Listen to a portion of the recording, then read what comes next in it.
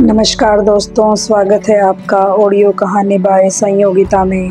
आज की यात्रा में हम सुनेंगे धन्ना भगत की महागाथा।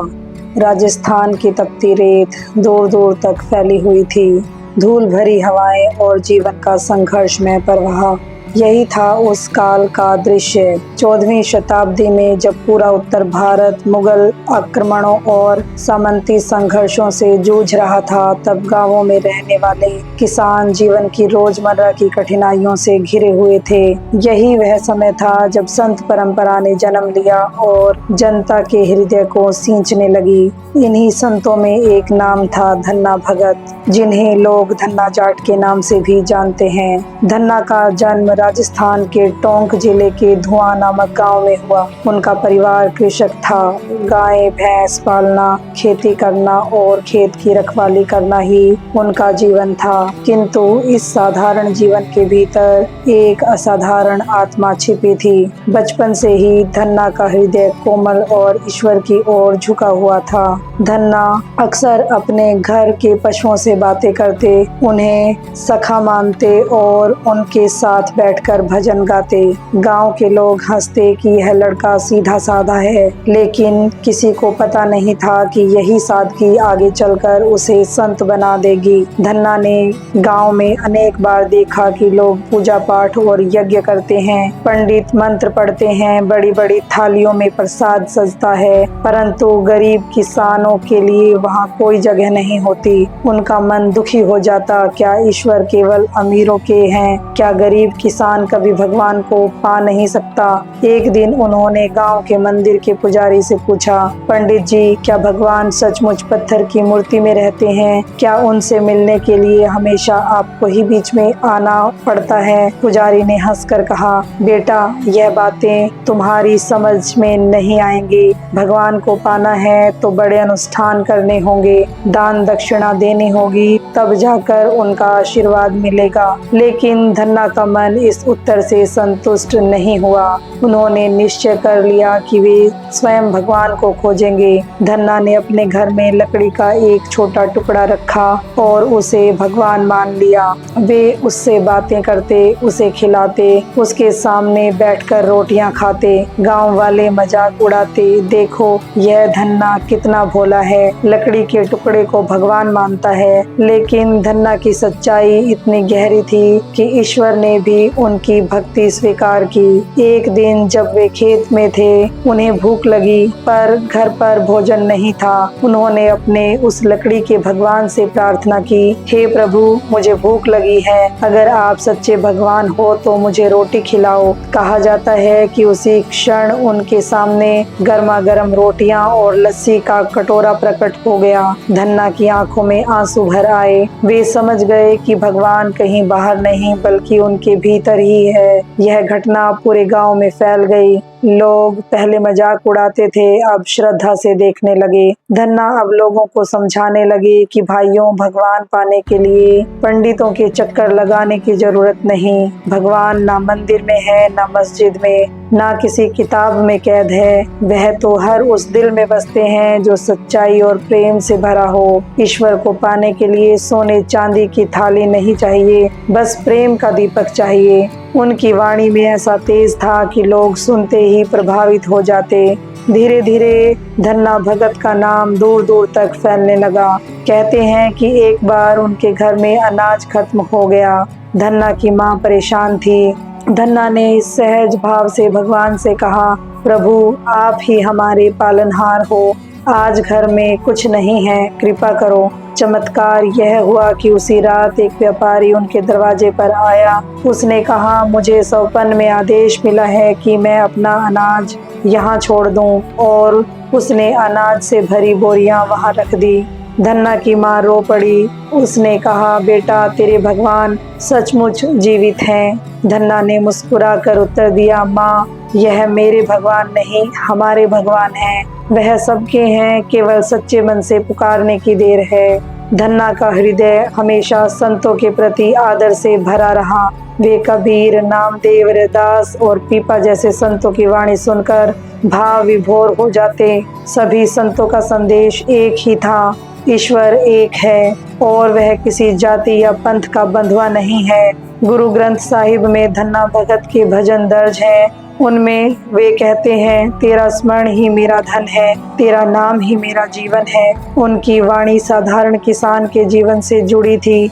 वे खेत, बैल, अनाज, पानी इन सब को ईश्वर का रूप मानते थे। धीरे धीरे गांव में बदलाव आने लगा। लोग अब केवल कर्म कांडों पर भरोसा नहीं करते बल्कि सरल भक्ति की ओर आकर्षित होने लगे। धन्ना भगत ने समाज को समझाया कि असली धर्म है दूसरों से प्रेम करना, भूखे को अन्न देना और सत्य बोलना।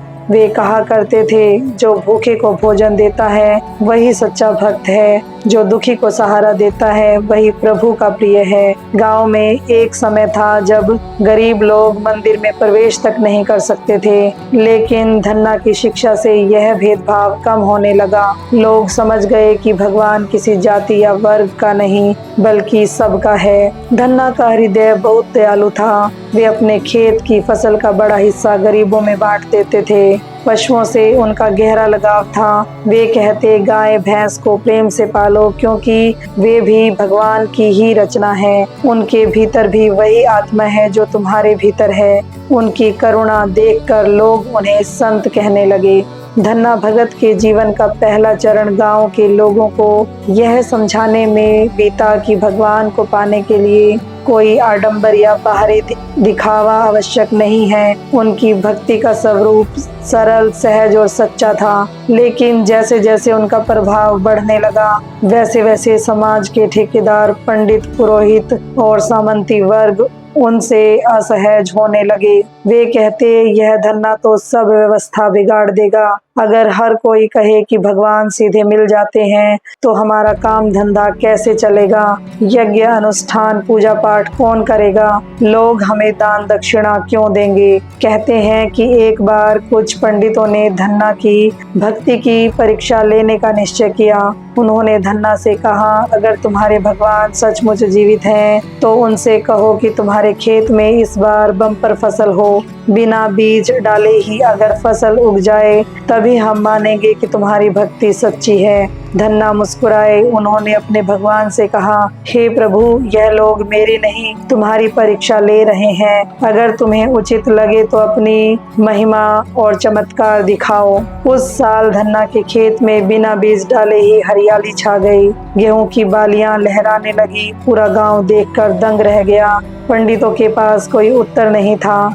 धन्ना ने सबको बताया, भाइयों, यह मेरा कमाल नहीं, यह तो उसी प्रभु की लीला है जो हर हृदय में बसता है। लेकिन याद रखना, चमत्कार देखना ही भक्ति नहीं, असली भक्ति है सच्चे मन से भगवान का स्मरण करना।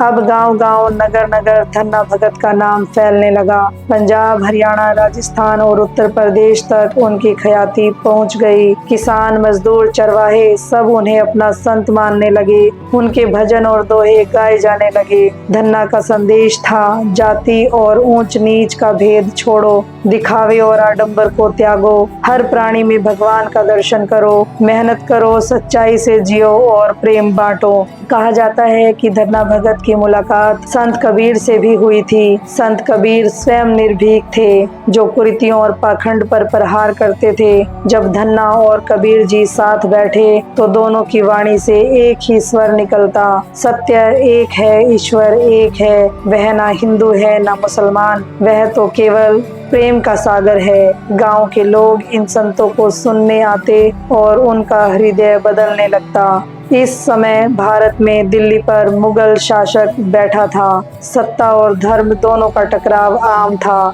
लेकिन संत परंपरा ऐसी थी जिसने राजनीति से दूर रहकर जनमानस को सींचा। धन्ना ने लोगों को यह सिखाया कि भगवान पाने के लिए ना दिल्ली जाना है ना काशी, वह तो तुम्हारे खेत की मिट्टी में, तुम्हारी रोटी में, तुम्हारी सांसों में ही है। धन्ना भगत केवल भक्ति ही नहीं करते थे बल्कि सेवा भी करते थे। वे गरीबों को भोजन कराते थे, पशुओं को चारा डालते, यात्रियों की मदद करते। उनके लिए यही सच्ची पूजा थी।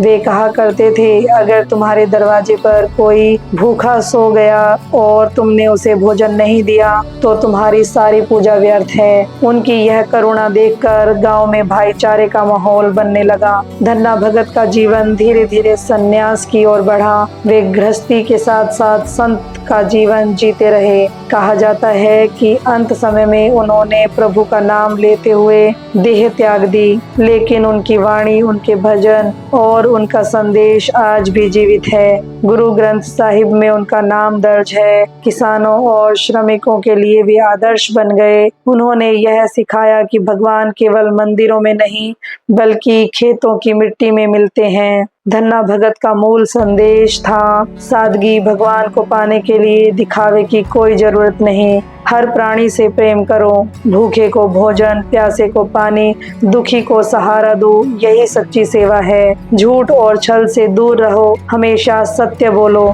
जाति, पंथ, धन दौलत इसमें कोई भेद नहीं, हमेशा समानता का व्यवहार करो। इस तरह धन्ना भगत की कथा यहाँ समाप्त होती है। आशा करती हूँ आपको धन्ना भगत की यह महागाथा अच्छी लगी होगी। अगर आपको यह कहानी पसंद आई है तो कृपया चैनल को सब्सक्राइब करें, वीडियो को लाइक करें, अपने मित्रों और प्रियजनों के साथ इस ऑडियो को शेयर कीजिए। मिलते हैं अगली प्रेरणादायक कहानी में, तब तक के लिए मुस्कुराते रहिए। धन्यवाद।